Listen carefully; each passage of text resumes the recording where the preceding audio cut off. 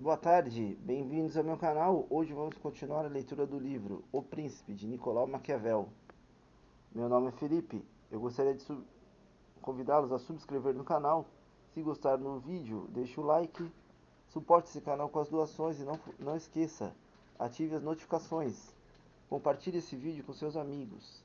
Siga-me no Twitter, Facebook e no Instagram. Muito obrigado, vamos recomeçar. Se quiser, deixe seu comentário e faça sua pergunta.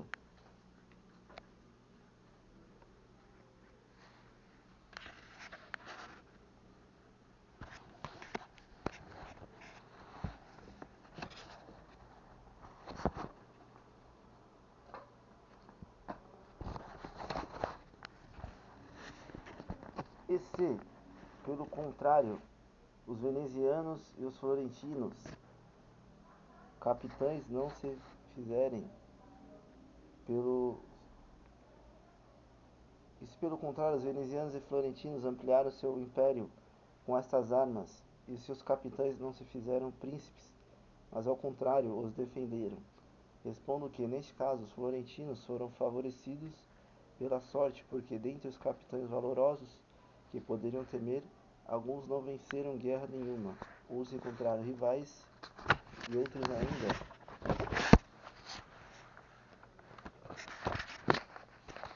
voltaram suas ambições para outros lugares. O que não venceu foi Giovanni Alcuti, cuja disposição não se pode conhecer, visto não ter se vencido. Deve-se reconhecer, porém, que se tivesse sido vitorioso, os florentinos teriam ficado à sua mercê. Sforza teve sempre contra si os partidários de Brácio, controlando-se mutuamente. Francesco canalizou sua ambição para a Lombardia, e Bacchio contra a Igreja e o reino de Nápoles. Mas voltemos ao que aconteceu há pouco. Os florentinos nomearam Paolo Vitelli seu capitão, um homem muito prudente que, como cidadão particular, havia alcançado imensa reputação, e se ele tivesse derrotado Pisa, não há dúvida que os florentinos teriam de conservá-lo, pois se ele passasse para o lado de seus inimigos, estariam perdidos. Conservando, porém, teriam que lhe obedecer.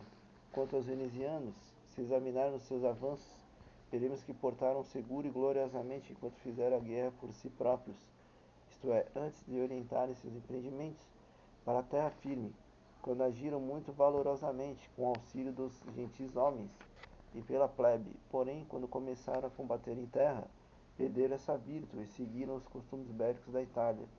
No início da sua expansão, não tem quando um Carmignola chama a prova desse erro, porque sabendo que ele é invaloroso, já que sob seu comando tinha derrotado o Duque de Milão. Mas vendo por outro lado como ele havia se tornado frio em relação à guerra, julgaram não poder mais vencer com ele, pois lhe faltava ânimo, mas também não podiam dispensá-lo sob pena de tornarem a perder o que haviam conquistado. Por isso tiveram de matá-lo para se garantirem. Tiveram depois como capitão Bartolomeu de Bergamo, Roberto de Sanseverino, conde de Pitigliano, e outros similares, dos quais tinham que temer as derrotas e não as vitórias, como aconteceu mais tarde em Valha, onde numa batalha perderam o que em 800 anos, com tanta fadiga, haviam conquistado. Porque dessas armas nascem somente conquistas lentas, tardias e débeis, e perdas súbitas e miraculosas. E como cheguei com esses exemplos? A Itália, que durante muitos anos foi governada pelas aras mercenárias, quero discorrer mais genericamente sobre o assunto, para que, conhecendo suas origens e envolvendo melhor, se possa corrigir o erro de usá-las. Temos de entender, portanto, como esses últimos tempos, desde o Império, começou a ser repelido na Itália, e o Papa adquiriu maior obtenção na esfera temporal, dividiu sua Itália em maior número de estados. Isto ocorreu porque muitas das grandes cidades tomaram arma contra seus nobres, os quais, favorecidos pelos imperadores, antes as mantinham oprimidas. A Igreja ajudava para aumentar sua reputação na esfera temporal. Ao mesmo tempo, em muitas outras cidades, certos cidadãos se fizeram príncipes. A partir daí, tendo a Itália caído quase inteiramente em mãos da Igreja e de algumas repúblicas, e sendo os padres aqueles outros cidadãos pouco habituados ao manejo de armas, começou-se a contratar estrangeiros a soldo. O primeiro que granjeou reputação nessas milícias foi Alberigo de Canio da Romanha. Da sua disciplina descendem, entre outros, Braccio e Sforza, que no seu tempo foram árbitros da Itália. Depois desses vieram todos os outros que, até nossos dias, têm comandado essas armas. O resultado da sua virtude foi a Itália ter sido invadida por Carlos, pilhada por Luís, violentada por Fernando e vilipendiada pelos suíços. Seu sistema tem sido primeiro diminuir a reputação da infantaria para dar prestígio a si próprios. Fizeram isto porque, não tendo pátria e vivendo de sua ocupação, pouca infantaria não bastaria para lhes dar reputação, e se fosse muita, não poderiam alimentá-la. Por isso restringiram-se à cavalaria, onde com um número razoável eram sustentados e honrados. Chegaram a coisas a tal ponto que, num exército de 20.000 soldados, não se encontraram sequer 2.000 infantes.